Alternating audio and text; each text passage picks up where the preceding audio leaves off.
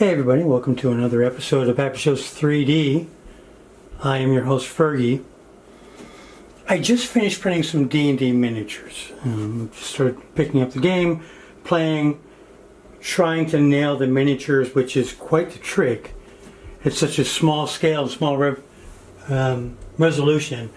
They're only about 30 millimeters tall. And then I'm trying to paint them. So I was thinking, what can I print next? Something fun, not too intrinsic. And I was going through Thingiverse and I came across this. And I was like, that's incredible. I can't believe the depth, the detail, the color that's available for this model. I want to print this. Let's go and take a look at this model. Alright. And as you can see, it's all one piece. So it should not be hard to print out. The second piece is the rings at the bottom. It comes pretty tall, which I was pretty happy with. As you can see, it's about 18 inches tall, which is perfect for my CR10. And I don't know if this is the way they're suggesting to print, because my first thought was, how am I going to put the supports? I mean, that's important. Where do the supports go without losing detail or breaking the legs? So let me show you what I did here. I did on my Prusa. I got a Mark III. You can see the rings on the left and the grill on the right. And as you can see, trying to get all this little fine detail, because there's only a couple layers of the drape that she's wearing, would be very difficult. So what I did was I went to rotation on the X, and I rotated it 180 degrees. And it didn't do anything yet. Wow, my computer's slow today. Hold on. Or it just did that. So let me show you what it did here. It flipped it upside down. Then I did oh, wow, it worked. Okay. So now she's upside down. As you can see, the hair has some detail, but not a ton of detail. So you're not going to lose a lot by putting supports.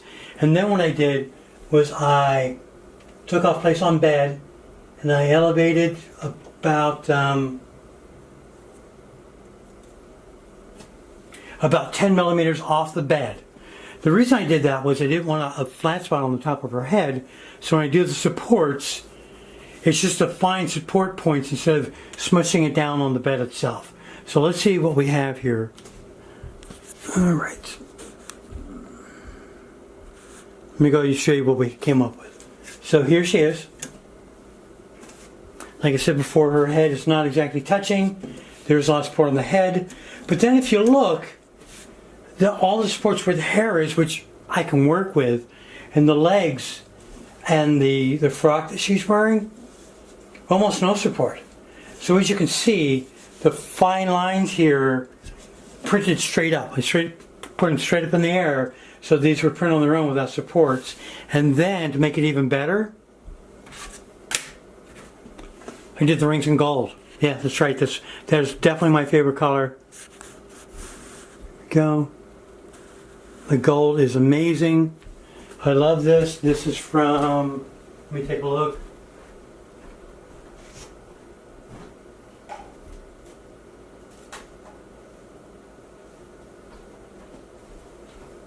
So that's a Polyalchemy gold elixir. Amazing. I love this. Very expensive. I only use it for special projects. And because this was printing flat, the chance that this would not print the way it should is almost nil. It was completely fine on the bed. This one I had to print a couple times, including one where I was using some new, fairly inexpensive green seafoam filament, and I don't know if I had to print it hotter, but it jammed up on my Mark III, so I went to my CR10. It jammed up about the same place there, so I'll have to play with that filament a little bit more, because this color with a blue frock would have looked amazing. Okay, so let's take it all apart, take all the supports off and see what we got. And here she is all cleaned up. Detail, fantastic on this. There we go. All the drape, fantastic. Feet, even have toes. This hand here is kind of balled up, which is good. So that means that, see if I can zoom in here. That means it's going to stay together even when you're taking off the supports. This hand, on the other hand, kind of different because as you can see, the fingers are out. So I was really kind of concerned about that being taken off with the supports, and yet the supports came clean with no problem at all. The face has a ton of detail in it. Happy with all of this. It was a lot of supports on here. I was kind of aggressive when I was taking it off with one of these, and yet the legs, the arms, the torso, the cloth material here, all is nice and sturdy, thick enough that it doesn't come apart. This was obviously created for a 3D printer. As you know, some models are so delicate they just fall apart. Now I did do this at 210 degrees. I printed 20% infill and just a medium layer height. There was a 0.2 layer height on this, so nothing fancy. It turned out great. I'll show you the finished product once we get it all glued up, painted up, and we can see what we can do. And here's the results. Now, the colors are similar to the original on Thingiverse. Different color blue, but I use the same kind of paints, which is acrylic enamel. Let's go ahead and take a look at the results here. Alright. Face came out great. I really don't need to paint the eyes or any facial expressions because of the way the finger is. I think it looks really good with that, all that hair. Really happy with that. I like the color of the drape. This color blue, more like a periwinkle blue, looks really good. And best of all is that, the base. I love the base, I love the way it glows. Once again, this is Polyalchemy Elixir Gold Rush. Definitely worth the price of buying it. Like I say, it's very expensive, so I don't use it for big pieces. But for small accent pieces, I think it does a great job. Let me go ahead and show you what I use for the paints. Use 3 paints on this. These came right from Walmart, so we're not talking expensive at all. As you can see, I've got, what is this? Folk Art acrylic enamel. I use licorice. I use Calypso Sky and Wicker White. Now I didn't do a lot of finish on this.